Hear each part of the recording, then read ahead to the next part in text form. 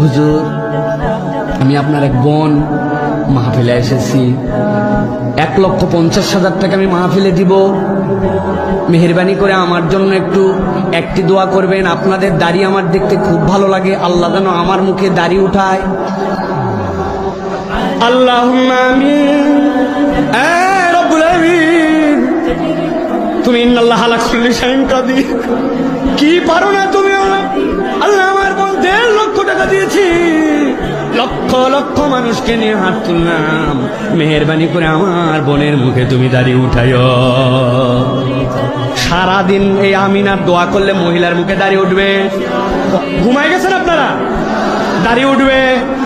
কোন মহিলা আপনার এরকম বেকুব আছে নাকি 1.5 লক্ষ টাকাতে দাড়ির দোয়া নিবে?